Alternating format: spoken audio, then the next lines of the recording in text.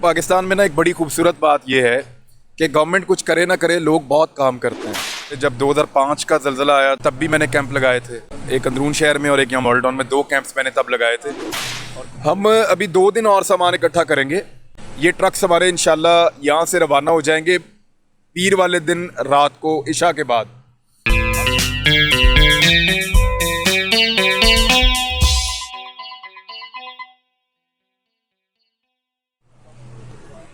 अस्सलाम वालेकुम नाजरीन, मैं हूं जुनैद चौधरी और आप देख रहे हैं लाहौर टुडे ज़िंदा दिलों की आवाज़। आज मैं मौजूद हूं इमरान रियाज खान साहब के साथ, जो उन्होंने कैंप लगाया है लाहौर में, ये कज़ावी स्टेडियम के साथ।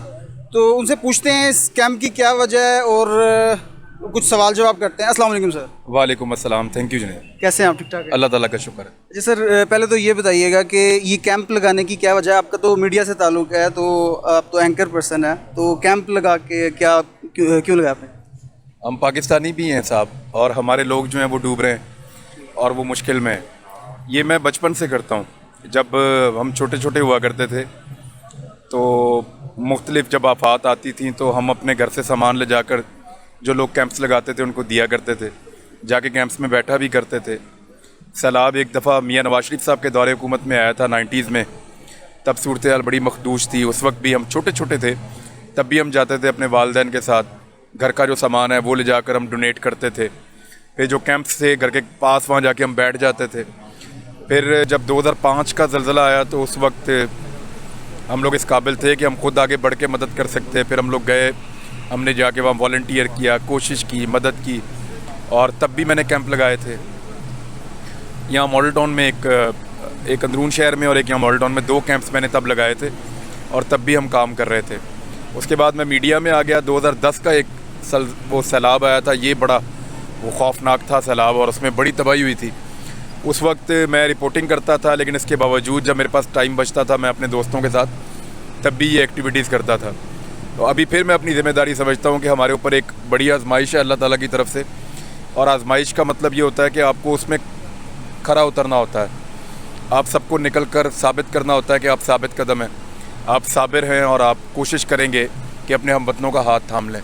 तो इस मरतबा फिर दोबारा जब हमें हमारे हमवतनों ने पुकारा है और अल्लाह रब्बुल इज़्ज़त की तरफ से एक आजमाइश है, तो हम अल्लाह की मदद से इंशाल्लाह खड़े होंगे इंशाल्लाह। आप क्या समझते हैं ये गवर्नमेंट की इसमें क्या ज़िम्मेदारी है? और पिछले जो सैलाब आए हैं उनमें गवर्नमेंट ने अपना जो किरदार अदा किया है वो इस दफ़ा नहीं कर रही? अगर नहीं कर रही तो क्यों नहीं कर रही? आप क्योंकि मामलात को समझते हैं, कुछ थोड़ा सा रोशनी डालिएगा। देखें, पाकिस्तान में ना एक बड़ी खूबसूरत बात यह है कि गवर्नमेंट कुछ करे ना करे, लोग बहुत काम करते हैं और लोगों के अंदर जज्बा बहुत ज़्यादा है।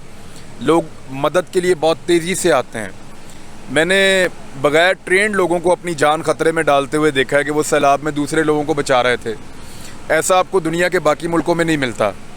ये लोग अपनी जान ख़तरे में डालते हैं, मकामी लोग, और सयाहों को बचाते हैं, अपनी जान ख़तरे में डालते हैं और डूबते हुओं को निकाल कर लाते हैं। मैं कई ऐसे लोगों को जानता हूँ जिन्होंने अपनी जान दे दी किसी और को बचाते हुए। ये जज्बा पाकिस्तान में है, अल्लाह ताला इनके इस जज्बे को सलामत रखे। इसी वजह से पाकिस्तान हर दफ़ा बच जाता है।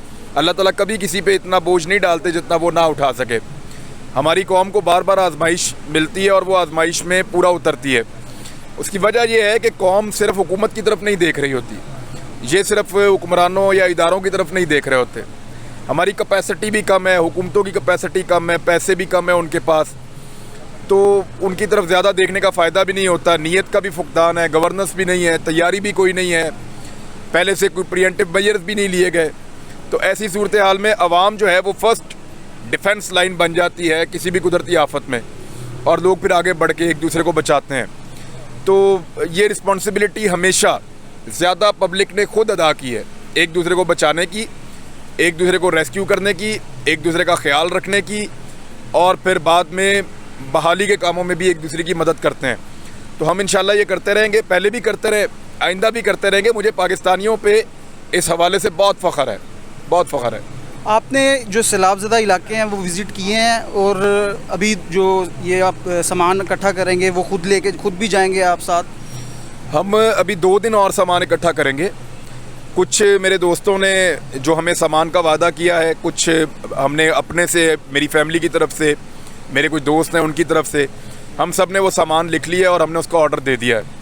हमें सैकड़ों खैमे मिल जाएंगे, हमें बहुत बड़ी मिकदार में मच्छरदानियाँ मिल जाएंगी, अद्वियात मिल जाएंगी, खुश्क राशन मिल जाएगा। ये ट्रक्स हमारे इंशाल्लाह यहाँ से रवाना हो जाएंगे पीर वाले दिन रात को इशा के बाद।